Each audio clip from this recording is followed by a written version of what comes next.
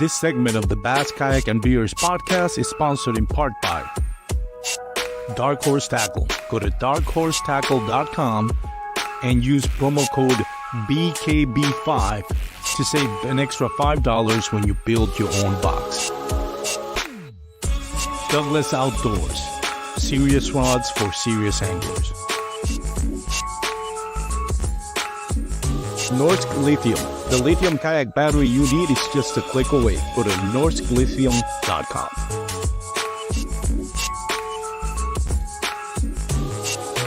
Catch Outdoors, the official measuring board for all 3 national trails.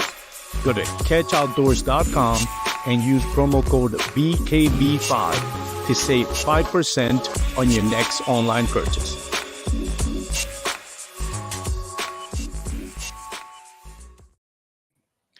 What is going on, everyone? Welcome once again to the Real Life on the Bass, Kayak, and Beers podcast. We kind of switch it up. If you follow me on social media, you'll notice that I used to have, it was supposed to be Joshua Perez, Brass to Bass, if you follow him on Instagram, to talk about setting goals both in fishing, social media, and hunting. But last minute, he couldn't make it. So it just so happens that Dan Perry and Kurt Smith were going to record today for the Advanced Kayak Angler. And I figured instead of canceling the show, we kind of switch it around. Dan's going to take the night off, and me and Kurt are going to fill in and do a show on what was supposed to be Wednesday's show. It's going to be a live show today. So hope you guys enjoy it. Kurt, how you doing, buddy? Man, I'm doing really good, man. I'm doing really good. Spring is almost here. I can taste it. Yes. What's the name of the epoxy? What's the name of the groundhog? Yeah, I don't know the name of the groundhog, but he didn't see a shadow, I guess. So yes. Spring's supposed to be early. I mean, yeah. I just saw, I was out fishing the other day. I got out for a couple hours with a buddy, and on some of the trees, you could just barely see the buds were just starting to wake up on the trees, man. It's just like, Southwest Ohio, winter is long and gray and cold, and I'm really glad it's coming to an end. Did you went to the Columbus Expo? Was that even close to you? I know it was a huge expo. Yeah, it's a big expo. I did not go this year. I usually go every year, but this year I did not make it. Me and my wife were purchasing a car that weekend, so life and fishing and life kind of took priority, It always needs to. Yeah. For sure. For those that are watching on the live show, welcome. You're welcome to comment. Let us know where you're watching and listening from. We're gonna have Ewing Minor and Ethan Jett, 2 hammers from Tennessee, and we're gonna be talking about bladed jigs. I refuse to call it a chatterbait because that's a brand. It's actually a bladed jig. I know chatterbait's probably be more recognizable in the title. It'll probably get more people interested in watching, but refuse to call it the brand name. We're going to call it bladed jig for this episode. But, these are guys that are well-known, not just in Tennessee, but nationally on the kayak trails because they're a bunch of hammers. Ewing Minor finally won the Hobie BOS that has eluded him for the last 2 seasons. He won it last season. Congratulations to Ewing Minor. Ethan Jett is another hammer from Tennessee, has won a bunch of local events and also qualified for not the Classic, the Bassmaster Kayak Series Championship up in, it's going to be in 10 Killer. But starting off with a couple of news. First of all, good news for Texans.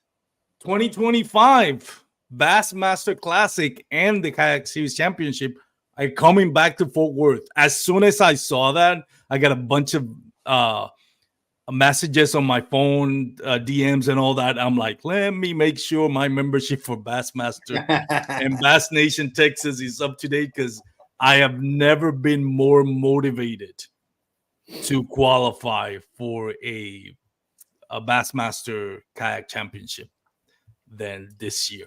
For next year, of course.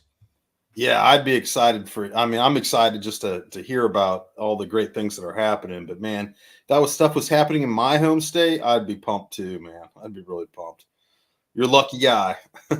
It's kind of like the NFL, that they don't pick the northern state now for the Super Bowl because of weather. So I'm assuming for the Bassmaster Classic, because it's usually in March, you're never going to see it on in Ohio or up northeast where there's a lot of anglers. I know in Ohio, even though it's not known for tournament anglers as far as the basketball world, but there's a rich culture of bass fishermen over there in Smalley.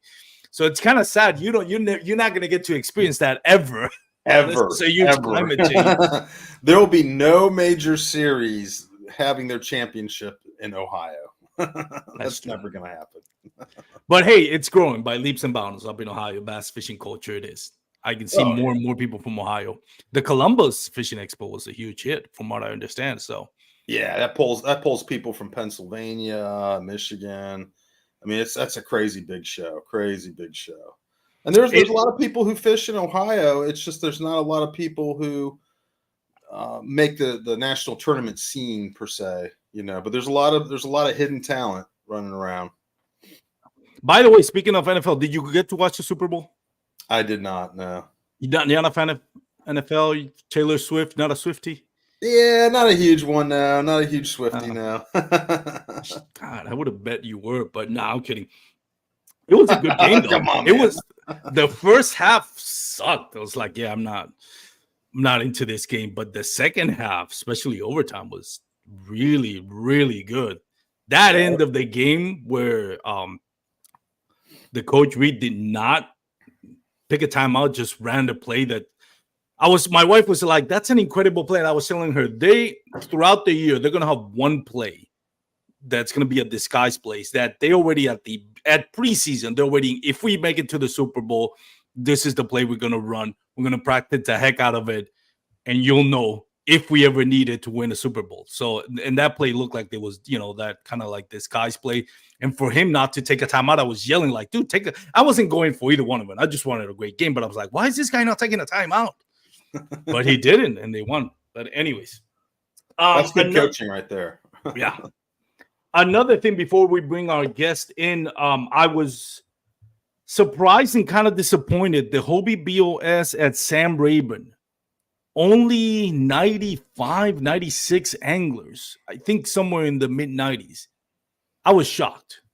Texas pulls easily on a local trail, 100 plus. National trails, anywhere from 200, which has happened with the Bassmaster Kayak Series. And Hobie BOS is not less than 150, maybe 125. I don't know if it had anything to do with Super Bowl. And people roll their eyes like, why would you miss a tournament if you really love fishing? Super Bowl. You have to understand, here in Texas, Super Bowl is kind of like a holiday. It's not just a game. It's a time where you take time off to be with your family, friends, your kids, and you make a day out of it. So it's not as simple as just a game. It's really like a holiday here. So I think in hindsight, they're probably next year don't book a trail on Super Bowl weekend. Yeah, I think that was I think there's a lot of little factors pulling people away from it, man.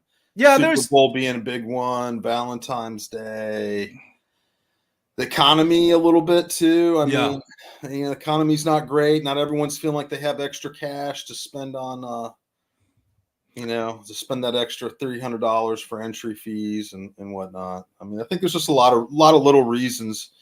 I'm just glad to see Bass come back and have a great showing for Murray. Yep. They're going to have a great showing for Murray. There's always one or two tournaments a year on the national scene that just for whatever reasons don't quite make the numbers, and let's just hope that that's the last one. Yeah, that was surprising. I would expect that somewhere in the Midwest. Up north, but not in Texas. Not it in is Texas, what it is. I think the fact that they're having two tournaments in Texas also did not help because they have William Patman and then they had Sam Rayburn. So I think I didn't go, but it wasn't because of the Super Bowl or because there was another trail in Texas. It's because I had something more important on that weekend that I had planned a long time ago. So that took priority, kind of what you said, family takes priority. I would have loved to go to Sam Rayburn, but I think the fact that they put two trails in Texas, there may be more of the people from my neck of the wood, North Metro, Texas anglers are saying, "Well, I don't want to drive to Sam Rayburn because it's maybe the same state, but God knows it's a 6-hour drive to get there, maybe more. So I'm sure I'm sure there's 2 or 3 people that said, hey, you know what? I'm not going to do, if there wasn't Patman Lake wasn't there, they probably would have done the drive to Sam Rayburn, especially those that are not interested in AOY, just the one-off tournaments. But anyways, we'll see what happens. And it was close to Harris Chain too, right? It was within 2 weeks of Harris Chain. So, I mean, like for someone like me who either one of those is a 14-hour drive, I had to pick one or the other. I did not have the funds to do both of them. So I picked Harris Chain. I think that took away from it too. I think a lot of people, I know there were at least several people in the same position I was. They had to pick between one or the other, and they picked Harris Chain. So, I mean, all these things, there's 3 people, there's 4 people, there's 10 people, and then all of a sudden you're down 50, 60 people, and then, and then you throw in Valentine's Day and the Super Bowl, and boom, man, you just, What's interesting though, and I don't want to go too long about this because I want to be respectful to Ethan and you and taking the time to join us. But real quickly, it's going to be interesting what how many anglers we get for that William Patman Lake, because that one is non-motors. So if you get like a significant larger crowd, especially since William Patman is not a known lake, like Sam Rayburn is going to catch like out of towners. People are not from Texas know Sam Rayburn, but even Texans don't even know William Patman. So if that ends up drawing a significant more number, then that Hobie may be thinking, well, wait a minute, maybe it wasn't the non-motor thing after all. We'll see. Yeah, we're not going to dive into it, but we'll see. Let's bring in Ethan Jett first of all. Ethan, congratulations, man, on all your success last year. I know you qualified for 10 Killer Kayak Bassmaster Kayak Championship Series. So congratulations, buddy. Well, thanks.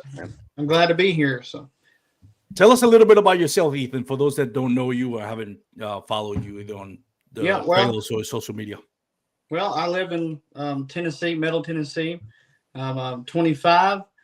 I fish mainly Hobie Bass Open Series, Bassmaster, and the Tennessee Bass Nation. I'm actually the 2023 Tennessee Bass Nation champion. That was down there on Lake Gunnersville. And a chatterbait bladed jig was a big factor. You guys can call them chatterbaits if you want. Yeah, I will. That's what I call them. But go ahead. I'm sorry. But I run a small little YouTube channel. I've been growing it, Jett's Fishing Adventures, and I've just been trying to live one fish at a time. I like that motto. I like it. What do you think? The way to live. I was about to mention. Oh, first of all, winning the championship in Tennessee, especially the Bass Nation, that's to me, considering the loaded talent you guys have in Tennessee, that's like winning a classic or a TOC as far as the talent level. Yeah, it's not your typical grassroots. No offense to grassroots tournaments, but I'm just saying grassroots tournaments in Tennessee are a different animal. Oh yeah. I mean, you may actually have to compete with the 2023 Hobie BOS TOC Angler of the Year. You never know. Yeah. Well, Ewing fishes them too. So exactly my point. And to that, let's segue right into bringing Ewing Minor. Ewing, congratulations, man! Finally, AOY Hobie BOS 2023. How does it feel? No, it feels great. That was, it kind of felt like it slipped out of my fingers 2 years in a row, but that just makes you want it a little bit more. And it drove me a little harder last year to just make sure that I get as many good finishes as I could. And it's probably won't be as motivated this year. I was about to ask that. It's just, I'm out there fishing, but I mean, I had a great start to the year at Harris Chain, so we'll see how it goes. I know like you struggled. I mean, you didn't struggle. Well, you kind of struggled in the first, I think, chance you had to win the TOC about 2 years ago or 3 years ago when Jordan Marshall won it. Then the next year you did a little bit better. This year you knocked it out of the ballpark. As far as the AOY goes, like you put a lockdown on it early in the season.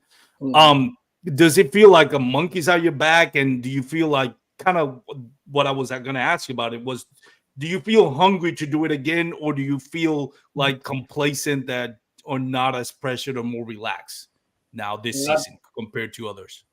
I feel more relaxed, and I mean that could be good for me and it could be bad for me. I don't really know yet. We'll see how the season plays out, but now I've qualified for the TOC this year.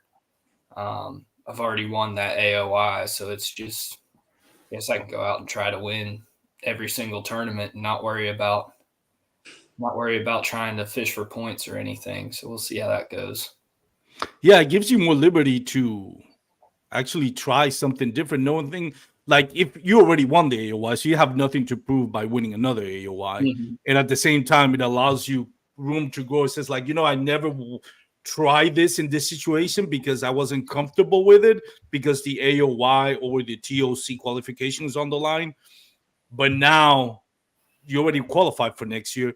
You already won the AOI. You don't have nothing to prove. Now I think you can be like, there may be a scenario this season that last season you were like, nah, I'm hesitant because I don't want to screw up my chances. This year you might just say, you know what? I've always wanted to do this. I'm going to try this bait or in this situation. Is that accurate? Yeah. I mean, more or less, I'm always going to go to what I think my best chance at doing well is. But sometimes, I'll make different decisions throughout the day to maybe abandon something a little bit earlier if I'm not on, say, like what I think would be the winning fish. Whereas, in previous years, I might want to stick to it and fill out my limit. But, I already kind of experienced that this year when Harris Chain on day 2, I left my first ramp at 8 a.m.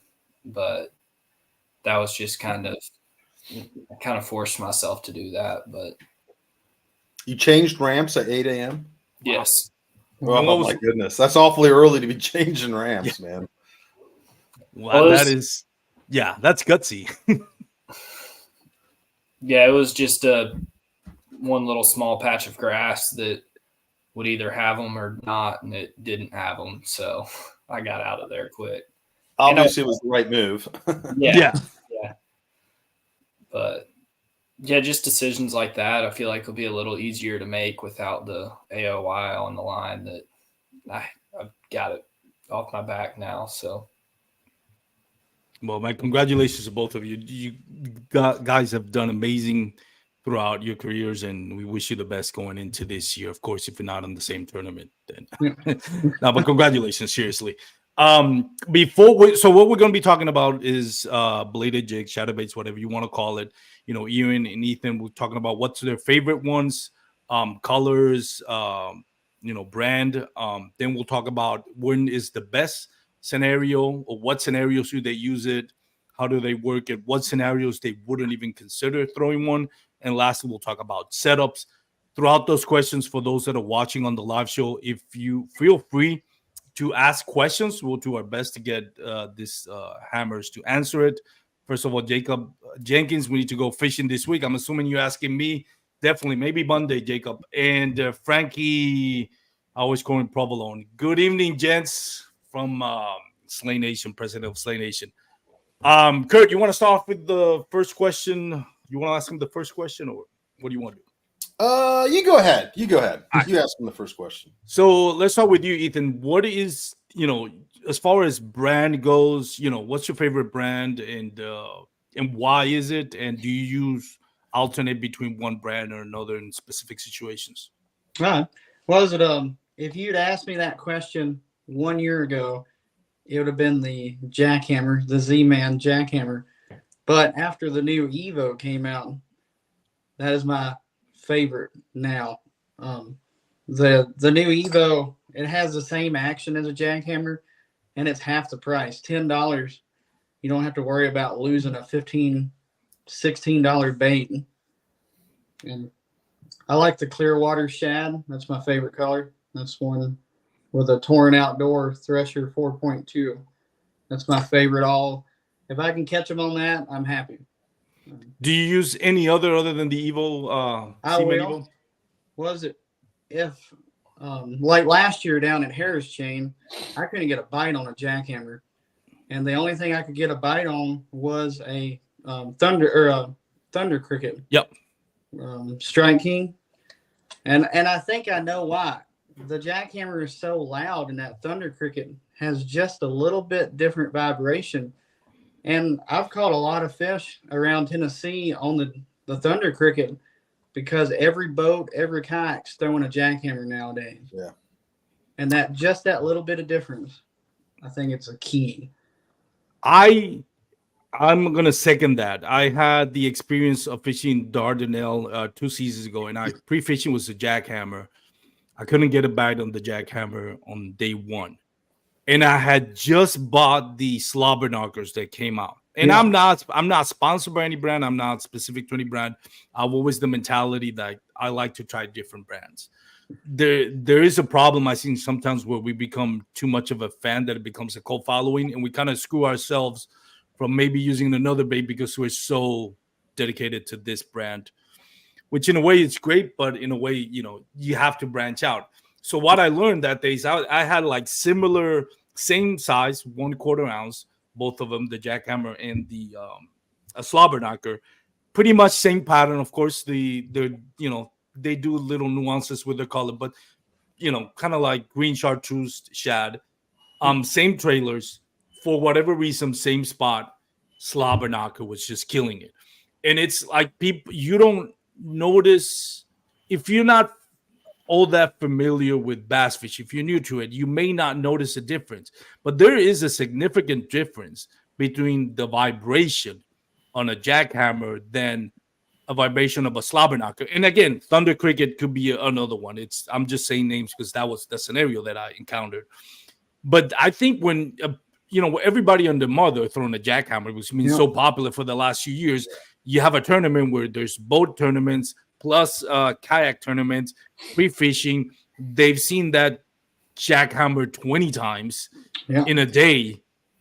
A little nuance as a different vibration, sound, and feel on their lateral lines can make a big difference. I think. I'm not an expert. You're exactly true. I've caught plenty of fish right behind people fishing a thunder cricket when they're fishing jackhammers, and it's just that little bit of difference. And I have a couple of slobber knockers too, and I like them too. They're more of a finessier, in my opinion. Yeah, it's a high pitch sound. Yeah, more of a high pitch.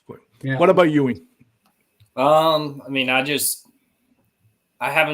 don't know if I've even caught a fish on a bladed jig that's not a chatterbait. I've only had success with the Z-Man. I haven't really spent much time with the slobber knocker or the thunder cricket. But I mainly almost always throw a jackhammer if I'm throwing a chatterbait, of course. Sometimes I'll throw I think it's a cross-eye chatterbait Z-Man makes. Yeah. I'll either snip off the weed guard, or sometimes since it's metal, you can just bend it back and forth and take it off that way. But that one, it's kind of how Ethan was talking about, just a little bit softer of a knock. Yeah. But I started throwing that one because it was, Champlain? Yeah, when the BOS went up there. And anytime you go up north, there's a bunch of pike, and I didn't want to be snapping. At that point in time, jackhammers were like $18 or something. Damn. But yeah, I wasn't going to throw that around pike. So at that point, there wasn't the Evo, which I have not tried yet. I just haven't been throwing a chatterbait much lately. But I threw it, and I started to really like it. It's got a little bit lighter wire hook, which can be really good for when they're eating it funny or something. If there's a finicky bite, that lighter wire tends to catch them a bit better. But I've had a lot of success with that one. I kind of fell in love with it at that tournament. It's all the components are high quality, which is what I look for in any bait. But as far as other ones, I haven't tried them much. Just have stuck to the Z-Man. It's, back when I first got into high school, like throwing the original chatterbaits that were $5 at Walmart. Hype used to crush fish on those, but it's just kind of, as I've grown up, they've been making improvements and getting more expensive, and now everyone throws it. It seemed like it used to be you could throw a chatterbait down any bank on the lake, and if you fish for 5 minutes, you'll get a bite on it. But now I'm a lot more specific for what I look for. What about you, Kurt? Man, I'll be honest. I suck at throwing bladed jigs. So Really, I'm looking to learn something here with talking with these guys. It's not that I haven't caught fish on it, but you have to have confidence in these baits that we throw, especially during a tournament. So, man, when I roll into a tournament, man, I'm not reaching for a bladed jig or a jackhammer or any of them. Picasso was ones. I'm not reaching for any of them because I just don't have the confidence in it.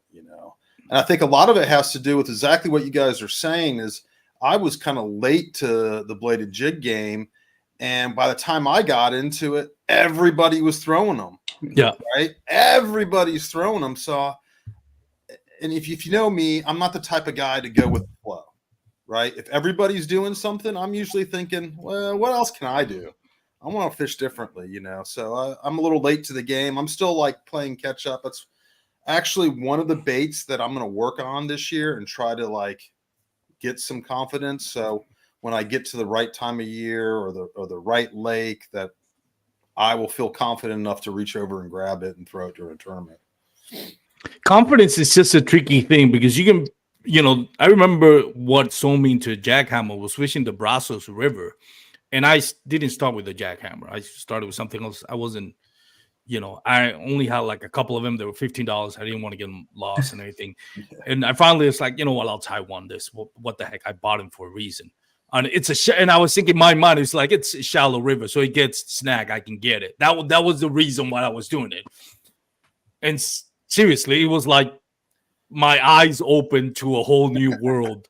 I was catching 18, 20-inch bass. Like I caught like 5 in a span of like 30 minutes, which I know for Ethan and Ewing, this like, I can do that in my sleep, right? But for me, I was like, that was like, oh, wow. And that built confidence. Now, if I would have tried that same bait on the worst condition possible for that bait, I probably wouldn't have skunk and would have had any confidence in him. Yeah. So confidence is kind of tricky. Yeah. Confidence is everything in fishing. Yeah. I've always said that to everybody I teach. Confidence is number one. By the way, Ewan, I didn't get to hear what is the trailers that you use for your jackhammers? Do you have a long list of trailers, like twin tails? Do you use them to imitate one thing or another? I have 3 different trailers that I use. One of them is just a 3.8 Kayak. I like to use that when I'm really slow rolling it, creeping it along the bottom, and just something that'll still move when my bait's not moving fast. That's the one I used last year at Harris Chain when I won. And then another is, I don't even know what it's called. It's a Zako knockoff, but it's made by Bass Pro. Bass Pro, most of their plastics all of their plastics are too stiff. But for that trailer, since it's the bait imparting the action on your plastic, I feel like it just has a little bit more kick than a Zako, and you buy one pack of trailers and it'll last you for months. I use that one a lot more when I'm fishing it faster with usually a 1/2 ounce. Sometimes I'll fish it with a 3/8. And then another one's the Reaction Innovations Little Dipper. I like throwing that on a 3/8 ounce when I'm fishing it, up super shallow, and it makes it dart around a lot more than, your bigger, bulkier trailers that'll keep it true. And that's kind of all I use. Sometimes I've tried with like putting a crawl or something to give it more of a bluegill profile on your green chatterbaits, but I've found that just keeping to that shad profile tends to work better for me. Ethan, what about you? I know for like one thing that I discovered, and I discovered this by accident. I was throwing a jackhammer and I wasn't getting a bite, and I threw the one out there, and the wind kind of moved me, so I stopped reeling. By default, then the the bladed jackhammer, whatever, fell to the bottom, and I'm just pausing, resetting myself, and then I snapped the rod, so I start reeling in, and I got a bite, and that kind of opened the eyes to me that it's like, wait a minute, I don't always have to imitate a bait fish. Yeah. If I put like a little like like the a twin tail, like I think it's a Rage Menace, Yeah. and work it as I would work a normal jig, I find that sometimes it's a lot more successful than running it as a chat. Do you do that the same? Have you ever thrown it in a way to imitate something other than a chat, like maybe a craw? I do, and I got an example right here. I'll actually put it's called a torrent timber crawl on the back of it, and it just runs a little. You move to the other side. There you go. Yeah. It's just like a little crawl imitator, and I'll fish this around wood. I don't know if anybody's you'll get so frustrated fishing a chatterbait around laydowns because when it goes over the limb, it'll actually fold over and hang up. Yeah. Well, if you use a crawl style with a flat bottom, it'll actually keep it over it. So you can just sit there and yo-yo it over these limbs and everything. And I've caught a lot of fish letting it just fall down. You'll see the line jump. You just reel in and set the hook, and they're on it. What about you, Ewing? Do you ever use it as a crawl imitation? No, I've tried. It's not me. I mean, whatever you're doing is working. So hey, if that's what's working, using it just as a shot, then I got a question for you, Ewing. So when you say you only use it as a shad imitation, are you specifically seeing shad and being like, okay, I need to match the color to the shad, or are you just throwing your patented colors that you always throw? I'm throwing the patented colors I always throw. I used to fish spot remover a lot in cleaner water, but now as fish have gotten more educated, I try to throw other things in the clearer water. So mainly I'll throw just the regular white. There's a dirty white, which is just a white with a gold blade, and then golden shiner, which if you ever go to Florida, if your chatterbait doesn't have a gold blade on it, then it's wrong. Like, I don't know what it is. Yeah, that's the juice right there. It's kind of like people, throwing a gold trap in Florida is compared to almost everywhere else in the spring. You throw a red trap, but I don't know if it's actually where the fish eat golden shiners or if it's just with that tannic water that the kind of how the water is not always super dirty, but it's darker, and it's almost same way you throw like a June bug worm in it in Florida. It's just one of those staples down in Florida. Yeah, I think even here in Texas in winter, I don't know why, kind of golden shiner pattern on a chatterbait or bladed jig, it seems to work a little bit better. I don't know, mainly in the winter. One of the things that I do think about using it as a crawl imitation, if you ever seen footage on YouTube, wherever, of a crawfish trying to get away, they'll snap their tails and kind of torpedo for, I don't know, maybe the length of like 3 feet or 5 feet. But that snapping, I've heard from other people that love throwing, like especially the jackhammer, is when you work your chatterbait as a jig, you let it drop, and all of a sudden you snap on the rod in it. It actually creates a similar clicking sound than a crawfish would make, and that is an even a bigger reason why the bass kind of triggered to bite it. Mm-hmm. So. Never thought about that. I've caught it on bed doing that. Well, if you ever win a tournament, Ewing, on what I said, just give me credit. You don't need any help, buddy. What were you saying, Ethan? I'm sorry, I interrupted you. I've actually caught them on bed doing that. I'll throw past the bed and just yo-yoing it back and letting it glide into the bed. And then a lot of times they'll hit it on the fall, right when it gets in the bed, they'll hit it. It's just like a regular jig, like a swim jig. It just has the blade. Yeah. Kurt, before we move on to the next question, anything you wanted to add or follow up on? No, man, I'm learning right now, so I'm like taking notes. Just enjoying the I'm ride. mentally taking notes right now. All right, so let's talk a little bit about when is the best time and worst time to throw it. Let's start with you, Ewing. When do you think? What do you see when you say like, okay, this is going to be a bladed jig kind of bite? When is the ideal time or the best time to use it? So there's really, at this point, I've refined it to 3 different times that I'll throw a chatterbait. And that's the number one is anytime you're around offshore grass, whether that be hydrilla, eelgrass, anything you have in your lake. That's what it's designed to do, ripping it through that grass, and it excels doing that. That's if I'm going to a lake that has grass in it, I'm going to have a chatterbait tied on. It's one of your staples with grass fishing. Another time that I really like to throw it is in a shad spawn.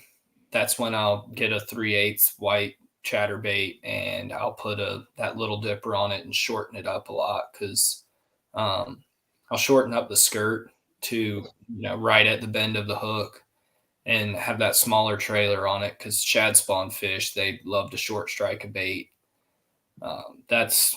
Then other than that, just in current, I'll throw it a bunch, rivers with smallmouth or largemouth, anywhere that you have some substantial current, throwing it in those current breaks. But aside from that, wouldn't say there's a worst time like a bad time to throw a chatterbait because you can always catch them somewhere on it.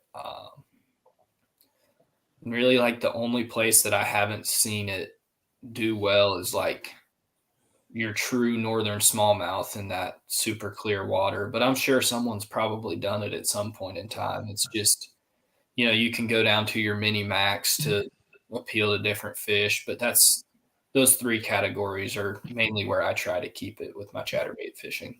Like on St. Clair, you don't hear guys throwing chatterbaits on St. Clair. I've never heard of anybody throwing chatterbaits on St. Clair. That's interesting. Smallmouth water, northern. I fish with Andrew Full from the Serious Angler podcast. I hired him as a guide in the Niagara River, and the water was super clear, and we were catching them on chatterbaits. Like it was super clear. So I guess it depends, but it also wasn't current. Like it was as heavy as current as I can think of.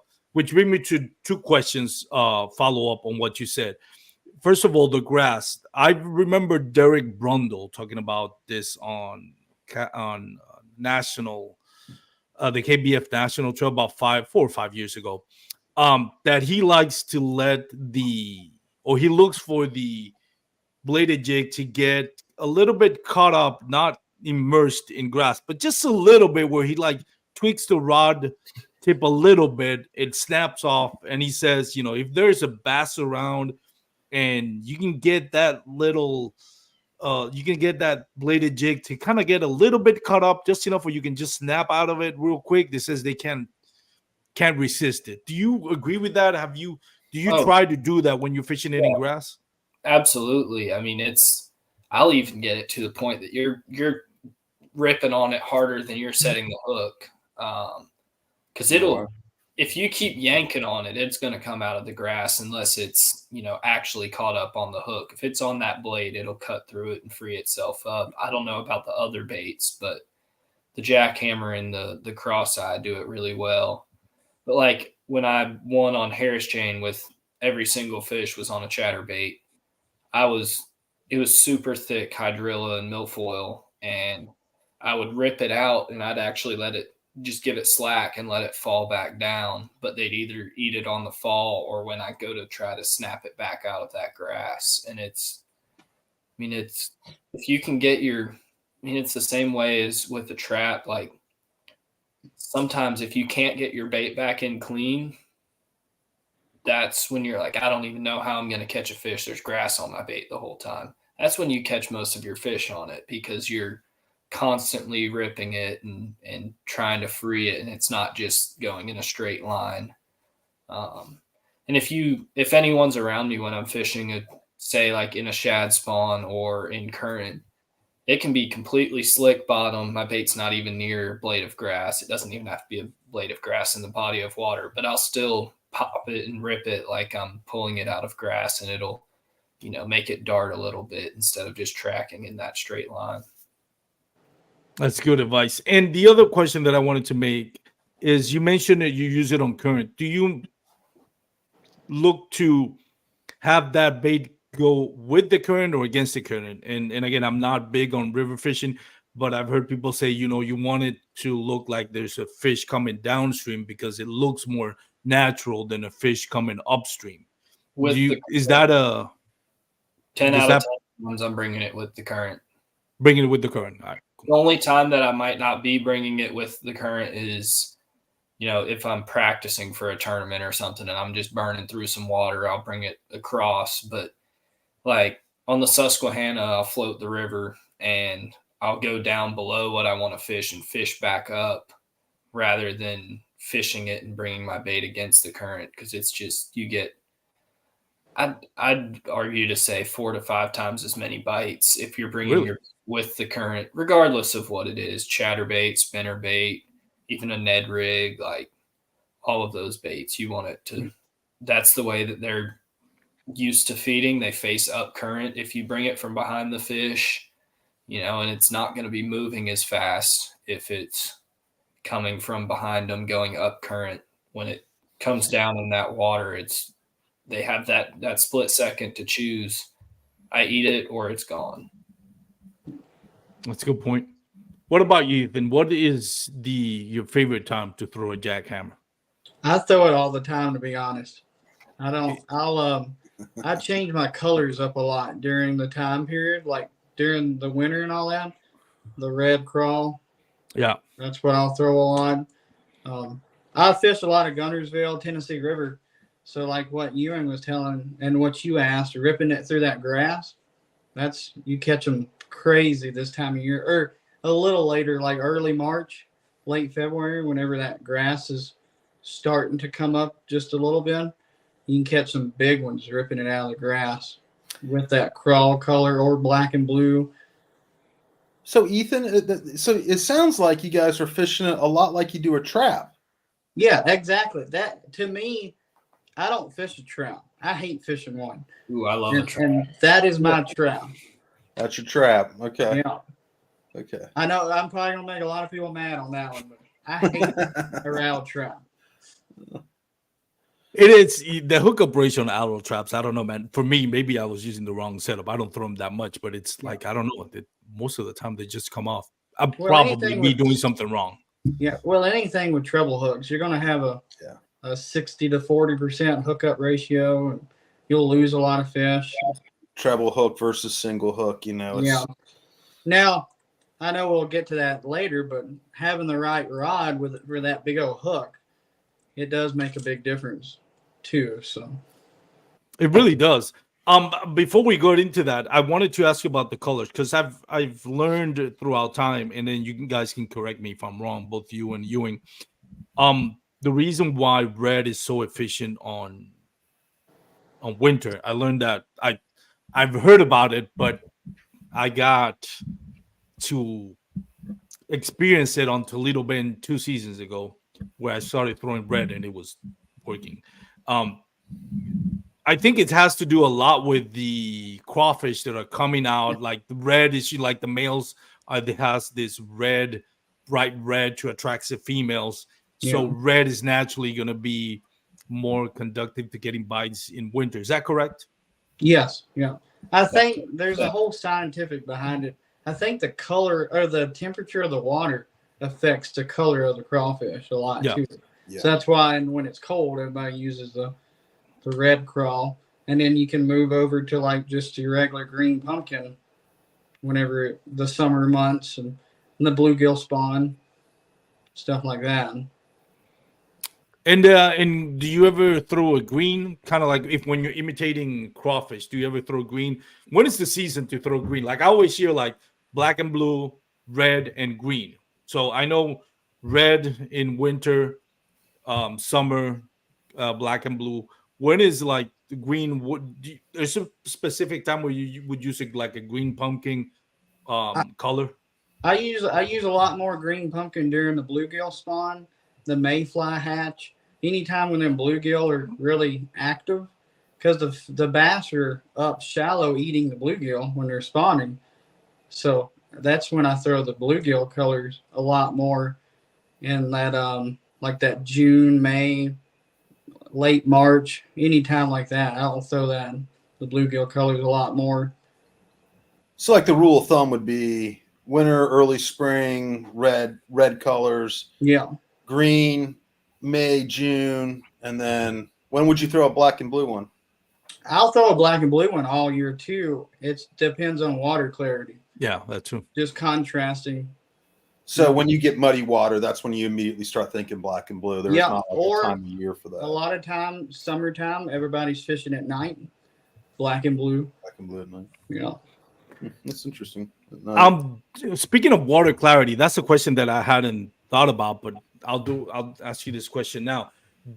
Is there a time where you either switch to a different brand because it is less noisy or more noisy because of the water color, or you switch to a bigger bladed jig, or to a bigger blade to attract more attention?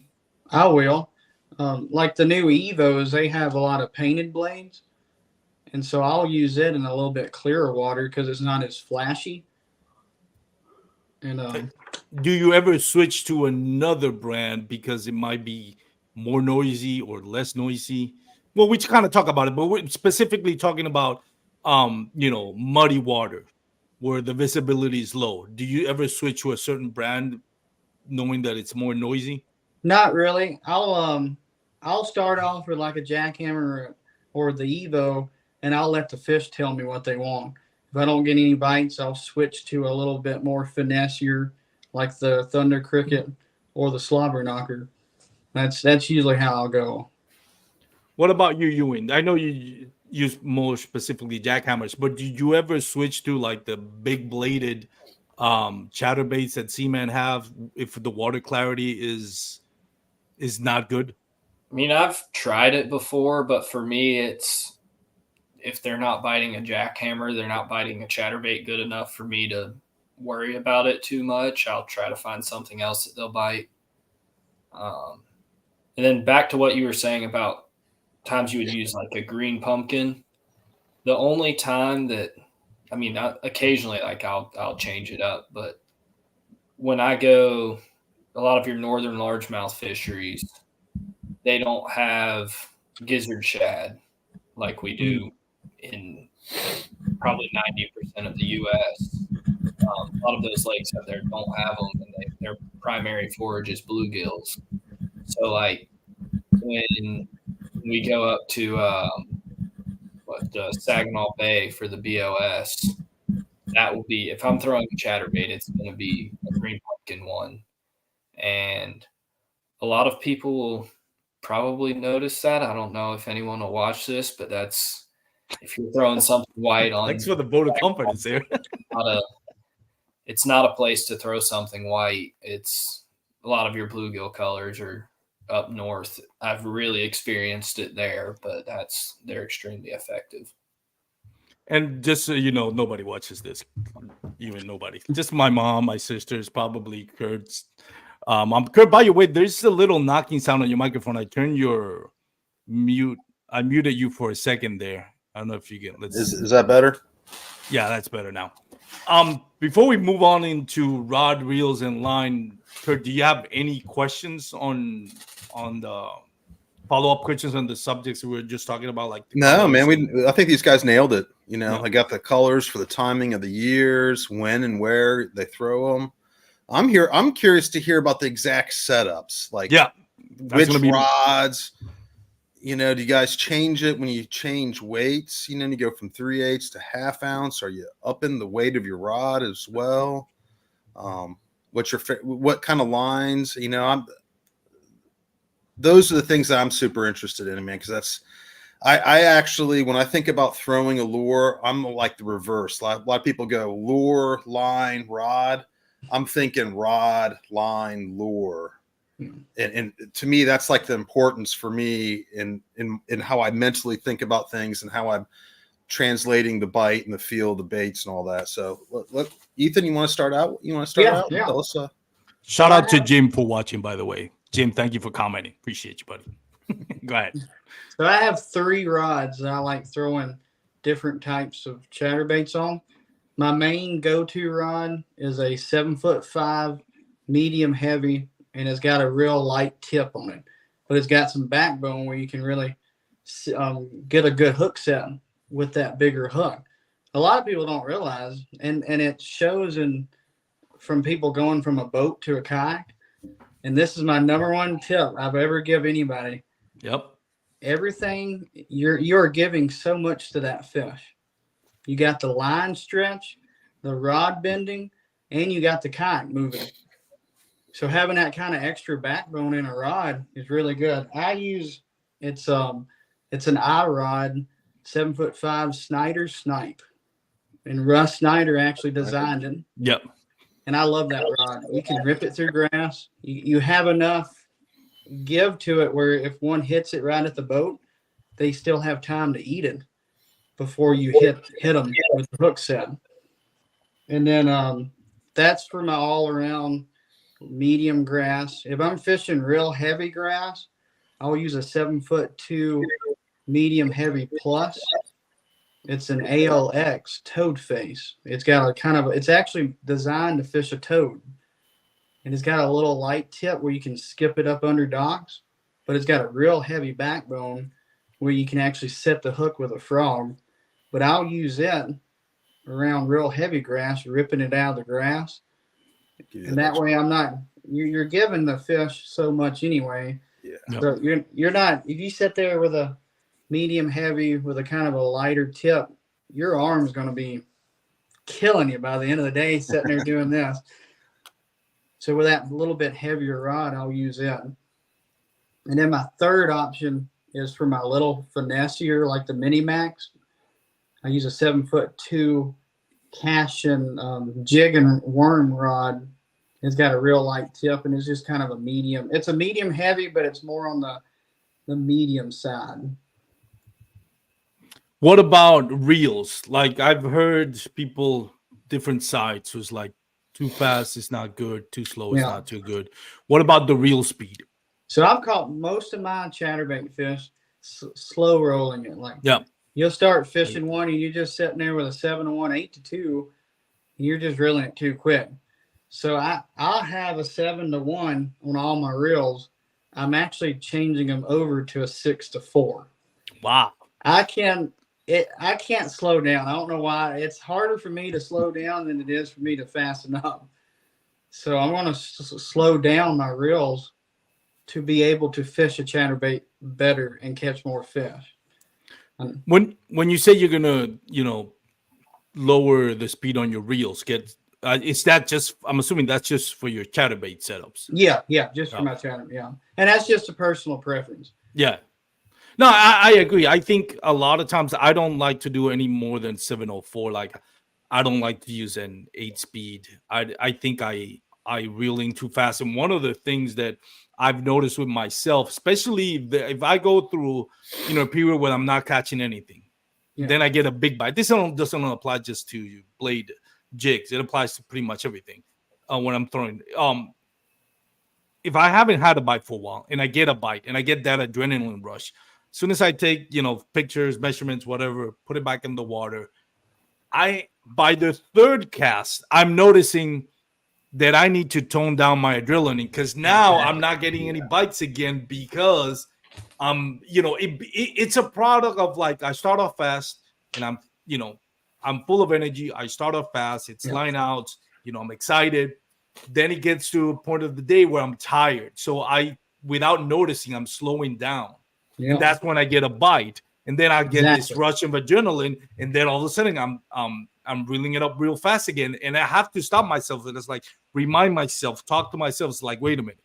What speed were you, what was the cadence when you were caught that fish? Because you tend to get full of adrenaline and then kind of start rushing again after you caught a bite without realizing you caught it because you were slowing down, maybe because you were tired, or maybe because you do it purposely.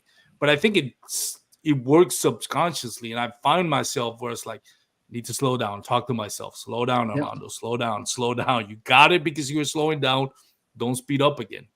And you hit the nail right on the head. That's the reason why I'm going to 6'4", is that I can hurry up if I need to. But that slowing down when you're in a tournament setting and that clock is going, is just subconsciously you got to hurry up. And having that slower reel, you can fasten up if you need to, but you can also go slower whenever you're actually catching fish.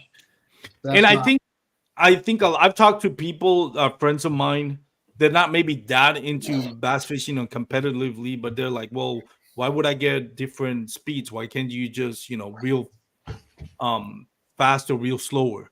It is like, and I try to explain them, when you are 8 hours fishing, you sometimes kind of get zoned out. You start thinking, and each one of us reverts to their comfort in cadence, right?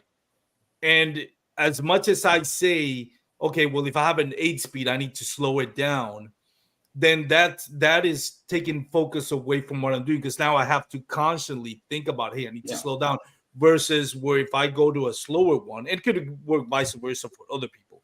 But if I was like, okay, forget a reel that's slower, like you just mentioned, I can just go in my normal cadence, and that will work without me having to put extra energy mentally into like, hey, I have to do this, because it doesn't come naturally. Exactly. And what about the line? What type of lines do you? So, I mean, well, you can talk about brand too if you want. But what type of line? Do you use leader, braid, fluoro, mono, and so I'll start at my little small mini max. I use 15-pound Seagar in Vizex or Katsu, depending on what I have at the time. Expensive. Yeah, but it is good line. Yeah, I like, and I fish around docks a lot, and it has that coating on it, and it does not get. It's almost better than a Brazex, really, about getting nicks. You can wrap or fish around one of those pilings, and you won't get any nicks on it. really? It's nice, but it is expensive. I'm not gonna lie.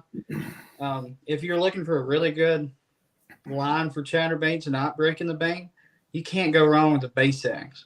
$10 for 200 yards. So if that's what you're looking for, if not, if you don't want to break the bank, go with Basex. It's really good.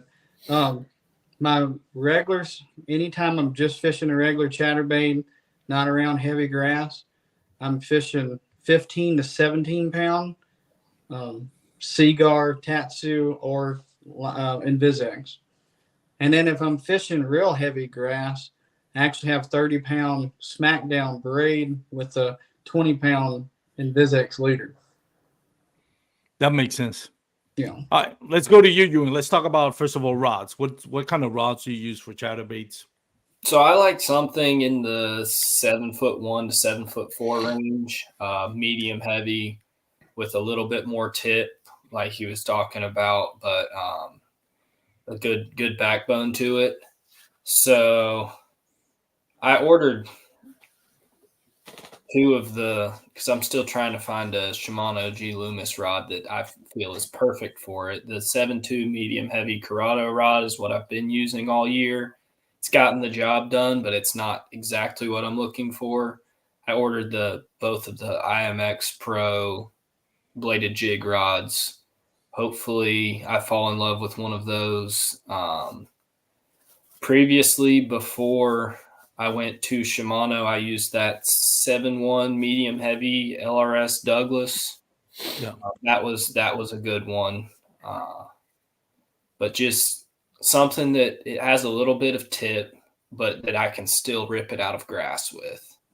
And it's a really, really hard in between to find that without getting so stiff of a rod that you're pulling it away from the fish, or so limber that you can't get it out of the grass.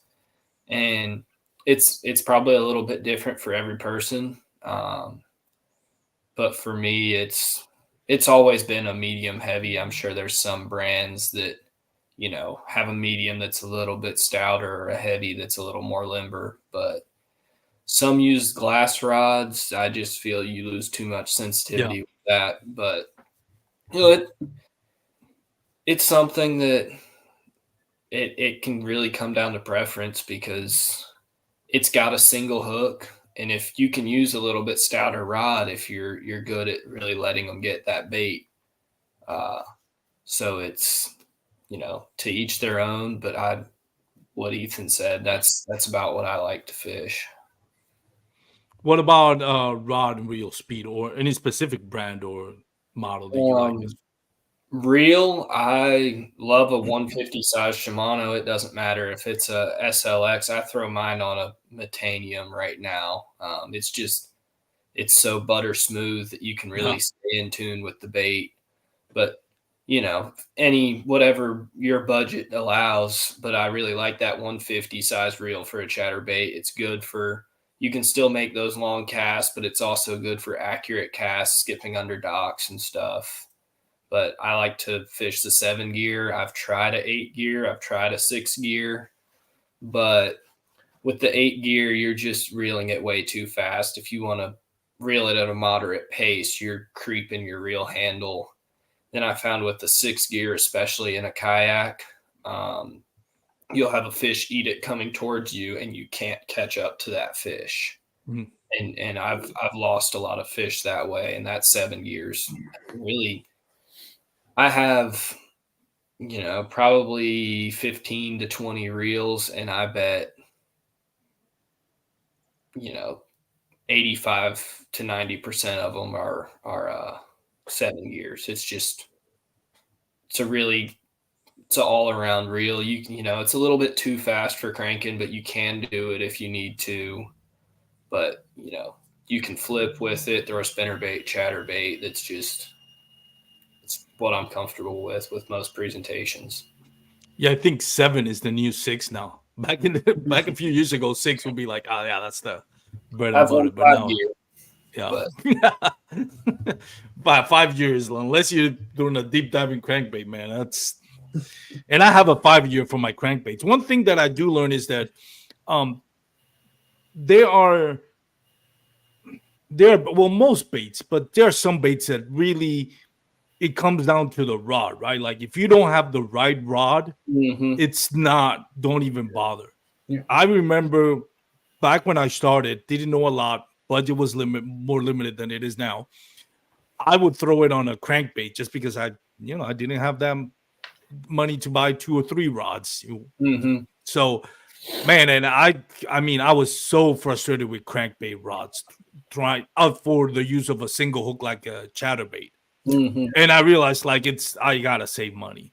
You really need like you guys mentioned, it's for the most part it's a beefy hook, and you really need it. And I think the other thing about it is like, if that bass is not short striking, if that's swallowing it whole, that blade plays a part, because that blade can force the mouth open before it can actually get hooked or get a good hook set on it. And I think that's a lot of times that's where the rod comes into, kind of what you said. So a little bit of a soft tip, but also, heavy on the backbone. Kurt, you got any follow-ups on that? It's such a balance, man. I feel like this goes for so many different baits out there when you're talking about the rod to use, is that you're balancing the backbone and the tip to give you that exact right presentation. And the chatterbait's just another one of those ones, and maybe even more so than other baits with how specific the rod has to be. Listening to you guys talk kind of opens up my eyes to it, because I've thrown, and I haven't had a lot of success with them, obviously, because I'm trying to learn. But I threw them on glass rods that were medium heavy with a moderate tip, and that didn't really cut it for me. And And the best one I had was a medium light with a fast tip. And you guys are nailing it on the head. And I feel like, it's obvious that it's a very balanced rod, right? Between the tip and the backbone. I mean, can you even really use that rod for anything else? I mean, I almost question whether you could use that rod for anything else, like a Texas rig or something. I feel like I'll use my 7'5" Snyder snipe as a trap rod every once in a while. Really? Yeah. Wow, that's interesting. And Russ actually uses it as a mag draft rod too. Wow. Yeah. And I can see that though. I can see that for a mag draft. Mag draft, yeah. Because it has that tip where it'll load up, and then you can set that hook. That rattle trap, I did not expect that answer, but I mean, if it's working, I wanted to ask you one more question before I let you guys plug into your social media and your sponsorship, and then I'll let you guys go because I know I really value the time that you spent with us, and I've had you for over an hour, and then Kurt's almost falling asleep there on the back. I like to see. But real quick question. I've heard Ross Snyder talk about this before back in Paddle and Fin when they did an episode on bladed jigs. He mentioned that a sensitive rod has a big advantage because there are times, and I don't know if I've experienced this. I think I have, but it says that when you are when you have a sensitive rod, you can feel that vibration.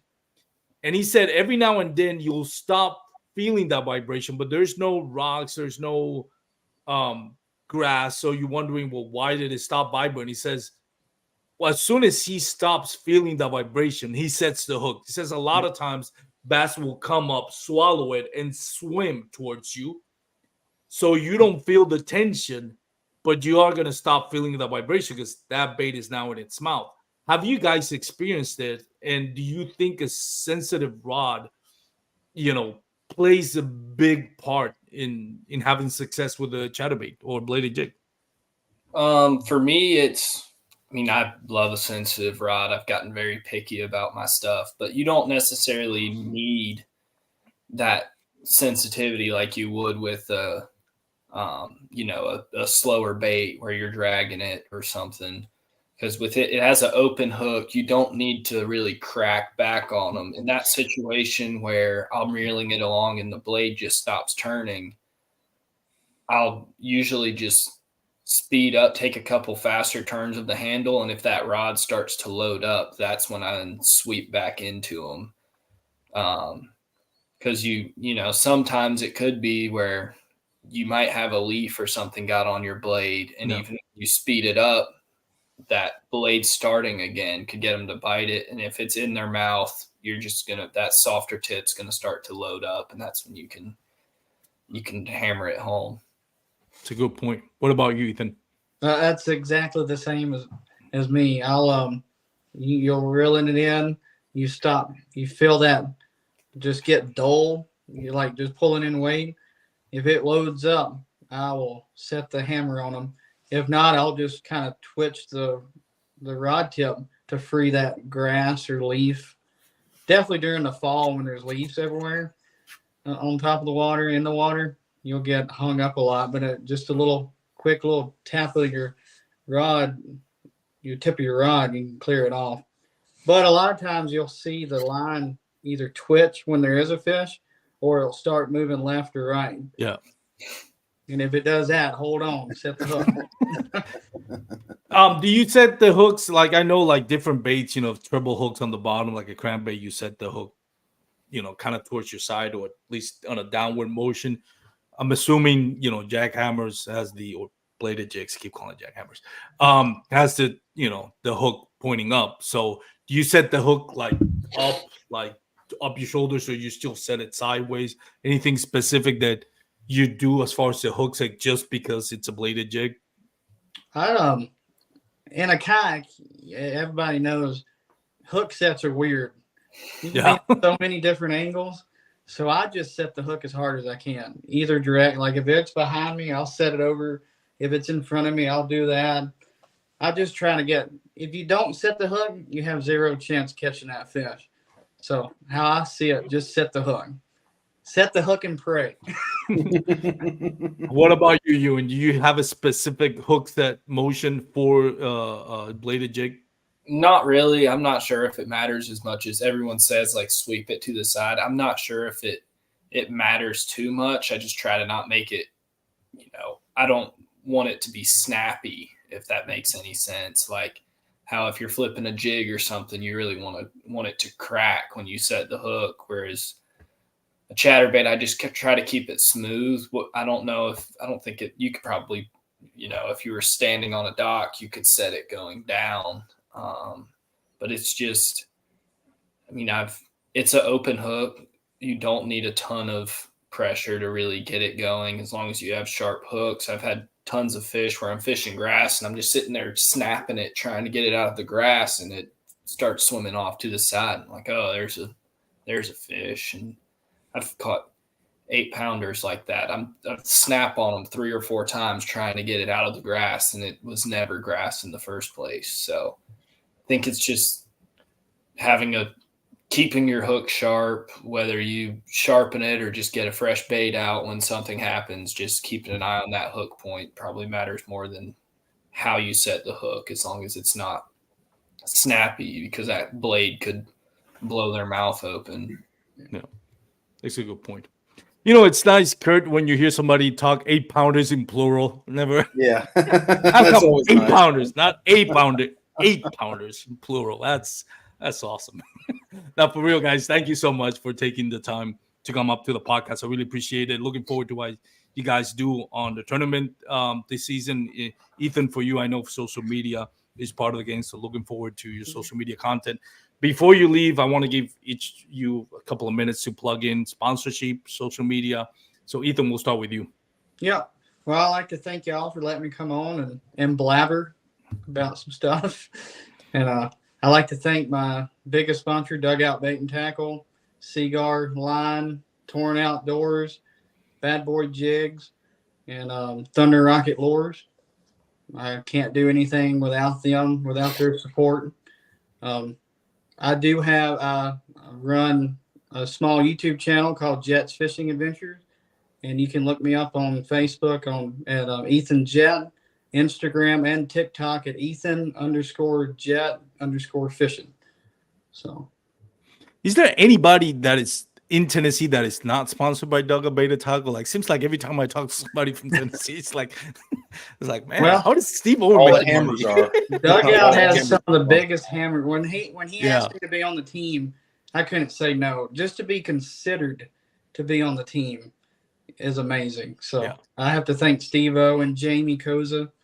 So there you go. Dugout's not just Tennessee; it's the whole Southeast. Yeah. We've got them all: Florida, Georgia, Alabama. Really, there's more than one Dugout Bait and Tackle, is it? No, it's just that he runs the trails. He runs the trail in Georgia and Tennessee. That's what I'm thinking. I'm associating Steve Owens, the director, with Steve Owens. Steve-O has his hands in almost everything. Taking over. He's taking over. Yes. Dude is gotta watch out for this guy. Thank God he's a good guy, not an evil bad guy from a movie. He's taking over. Ewan, to you, where can people follow you, and who sponsorships, who's helped you out? It's Ewing_Minor on Instagram, and then Ewing Minor on Facebook. Got to thank Dugout, Hobie, Lowrance, Newport, Enduro Power, and Shimano and G Loomis, as well as Seaguar. That's one of the big ones. They keep me from breaking off fish all the time. That keep my line fresh. Yeah, I'm not sponsored by Seaguar, but I think that's the best line. Especially floral. That's the best ones out there. Good line. From Red Label to, I guess Basex, I've used that, not a ton, but from their $10 spool of line to however much Tatsu is, it's all good stuff. It's, what fits your budget, you can trust it. It might not, it might have a little more memory on the cheaper ones, but it's good, dependable line. So that's what I started with and what I'm still using to this day. I like to throw this in. The Basex, I was blown away. I actually used it in the TOC the year before, I was right. I had no line. I needed some. I went to Walmart. I got the Basics, and I told myself, I'm probably gonna have to change this out before the TOC because it's $10 for 200 yards. And I caught so many fish on that line. I used it for the whole year. The next year, it was amazing. The Basics, when it was Broken Bow, that event, I had a terrible spring. I blew up my car's motor. I barely had enough money to make it to Oklahoma, but I didn't have any 8-pound leader except for it was like a pre-production spool. Didn't have a label or anything of Basics. It just said 8-pound fluoro, like on a little white label. And I used that for leader for that event. And you got second place on that one, I think, right? Like there. Yeah, I remember that one. That was my biggest win. No, but I haven't used it much since then, but I never broke off a fish during that event. So for the price, you really can't beat it. So you won Broken Bow. I thought it was okay. There was the guy from, was it Cali? I think it was an Asian dude that he came up, like he camped out for like a whole week. What was his name? It's Tuvu. Tuvu. Yeah. I thought Tuvu won and you came second, but no, you're right. You did win it. It was very close. I think it was like a quarter, half an inch. Yeah, something like that. I thought it was like half an inch or actually came out to the biggest bass, but something like that. But yeah. But retrospective, you're talking about, how that time, you needed money to fix your car. And then we look at your back wall right now, and you probably own like a Mercedes or whatever your favorite car is right now. Well, I've got a 2008 GMC Yukon, and it's got 226,000 miles on it, but it's still going. I had to put all new brakes on it when I got back from Florida. I busted a brake line down there and barely made it back. But damn. It's cost money to keep doing this. It's a lot of miles, a lot of wear and tear. That's true. Well, gentlemen, again, congratulations and much success moving forward. Kurt, before we let this gentleman leave, any last thoughts? Well, this has been instrumental for me, guys, because like I said, I'm going to be working on this year. I want to thank you both for coming on and giving out some good juice on the stuff, man. I really appreciate you guys. Well, this is one. I don't listen to my episode, but this is one that I'll probably listen a couple of times going to on boat ramps, especially on tournament day. This is one that I would really listen to just because of the information. So, well, I hate to tell you, it was all lies.